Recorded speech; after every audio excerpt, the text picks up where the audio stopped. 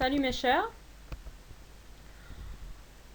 Via cette séquence de vidéos, on va travailler ensemble un exercice d'application portant sur la régularisation des risques et charges. Avant de démarrer cet exercice, on va faire comme d'habitude un petit rappel portant sur la régularisation des risques et charges. Il faut avant tout savoir qu'il existe deux grandes catégories des provisions pour risques et charges. La première catégorie, à savoir les provisions durables qu'on trouve dans la rubrique 15 de la première classe, qui est l'actif immobilisé. Cette rubrique est composée de deux postes. Le premier poste 15.1 porte sur les provisions pour risque. Le deuxième poste 15.5 porte sur les provisions pour charges. La deuxième grande catégorie, ce sont les autres provisions qu'on trouve dans la rubrique 45 de la classe numéro 4, à savoir le passif circulant. Cette rubrique est composée d'un poste général qui est de 45,0, à savoir les provisions pour risques et charges. Comme on peut remarquer que la différence entre ces deux grandes catégories, c'est la durabilité. Pour les provisions durables, ce sont des risques et charges qui se déroulent sur une période dépassant un an. Et pour les autres provisions, sont non durables, c'est-à-dire s'étalent sur une période de moins d'un an.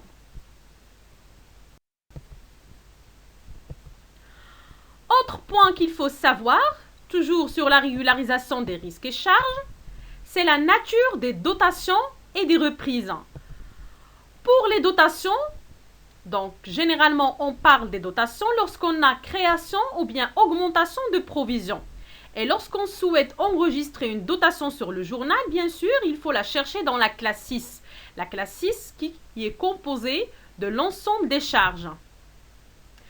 Donc, dans ces dotations qu'on trouve dans la classe 6, sont de trois types. Soit des dotations d'exploitation, regroupées dans la rubrique 61, soit des dotations financières, regroupées dans la rubrique 63, ou bien les dotations non courantes, ou bien on les appelle également les dotations exceptionnelles qu'on trouve dans la rubrique 65. Si on a reprise, et lorsqu'on parle d'une reprise, on a soit diminution de la provision, soit annulation de la provision carrément.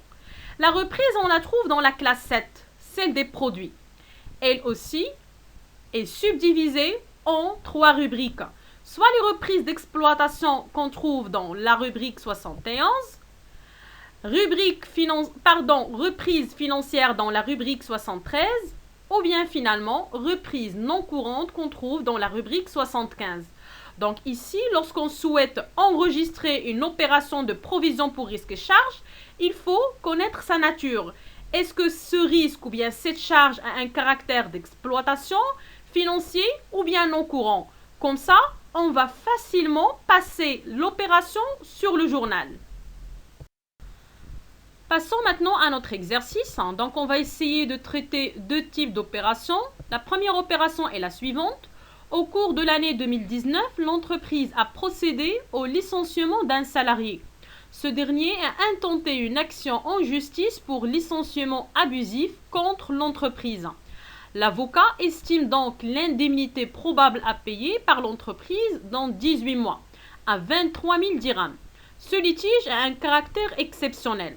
Donc pour traiter cette opération, il faut répondre à certaines questions. La première question, quelle est tout d'abord la nature de cette provision?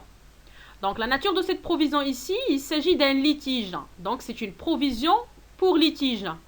Deuxième question à laquelle il faut répondre, c'est est-ce que cette provision est durable ou bien non durable, comme on a vu dans le rappel. Ici, dans cette opération, la provision est durable. Pourquoi? Parce qu'elle dépasse 12 mois, elle dépasse un an. On a dans les informations, l'indemnité probable à payer par l'entreprise est dans 18 mois. Donc ici, on souligne la durabilité. Troisième question, quel est le caractère de cette provision? Est-ce qu'elle a un caractère d'exploitation financier ou bien non courant? Ici, elle dispose d'un caractère non courant. Pourquoi? Parce qu'on a déjà souligné, comme vous pouvez remarquer en gras, ce litige a un caractère exceptionnel. Reste une dernière question. Est-ce qu'on va ici créer cette provision, c'est-à-dire on va constater une dotation, ou bien va-t-elle subir un ajustement vers l'augmentation ou bien la diminution, ou bien carrément il sera annulé? Ici, on parle de la création pour la première fois d'une provision. Donc, l'écriture qu'on passera, c'est qu'on va débiter dotation et créditer provision, bien sûr, selon la nature de cette dernière. Deuxième opération, une grande réparation liée à l'exploitation prévue pour l'année 2023. L'entreprise avait décidé de répartir son coût de 240 000 dirhams sur 4 exercices à compter de 2019. Ici, il s'agit d'une provision, donc c'est une charge à répartir sur plusieurs exercices. Pourquoi? Parce que tout simplement, comme vous pouvez remarquer en gras, on a répartir, le mot répartir, donc automatiquement, ça nous renvoie vers des charges à répartir sur plusieurs exercices. Combien d'exercices on a ici? On a 4. Donc 240 000 dirhams, ça c'est la valeur de la charge en gros qui sera répartie sur 4 exercices à compter de l'année 2019. Et pour nous ici, on est en train de régulariser l'année 2019. La correction. Donc on commencera bien sûr par la première opération. On a déduit qu'il s'agit d'une provision pour litige et il s'agit aussi d'une création. Donc on trace notre journal. La date c'est le 31/12/2019. Comme j'ai déjà signalé, on est en train de régulariser l'année 2019. Donc je vais débiter dotation non courante pour risques et charges durables que je trouve dans la rubrique 65 parce que cette provision a un caractère exceptionnel, non courant. Et je crédite provision pour litige, c'est-à-dire la provision qui nous concerne ici et que je trouve dans la rubrique 15 puisqu'il s'agit d'une provision durable. C'est le code 1511. Pour le montant, je vais le mettre tel quel puisqu'il s'agit d'une création.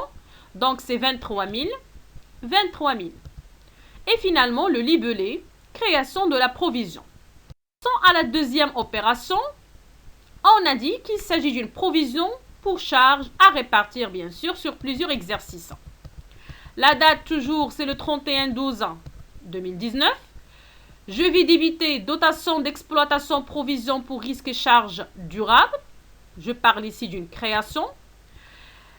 Qu'on la trouve dans le code 619515, donc c'est le code du compte. Il s'agit ici d'une provision qui a un caractère d'exploitation.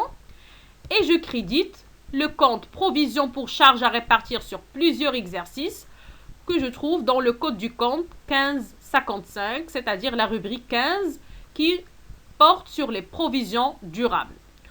Reste maintenant le montant à enregistrer. C'est 60 000 dirhams. Comment on a pu obtenir ce montant-là? Voici la formule. La provision est égale la valeur de la charge à répartir sur le nombre d'exercices. Alors, la valeur de la charge à répartir, on avait 240 000 dirhams. On va la répartir sur 4 exercices puisqu'ils nous ont dit que l'entreprise a décidé de répartir cette charge sur 4 exercices. Et on commence la régularisation depuis l'année 2019. Donc, ça nous donne un montant de 60 000 dirhams. S'ils nous ont dit que l'entreprise a décidé de le répartir sur 3 exercices, on va diviser sur 3. Mais ici, on a 4 exercices en gros. Et voilà, et merci.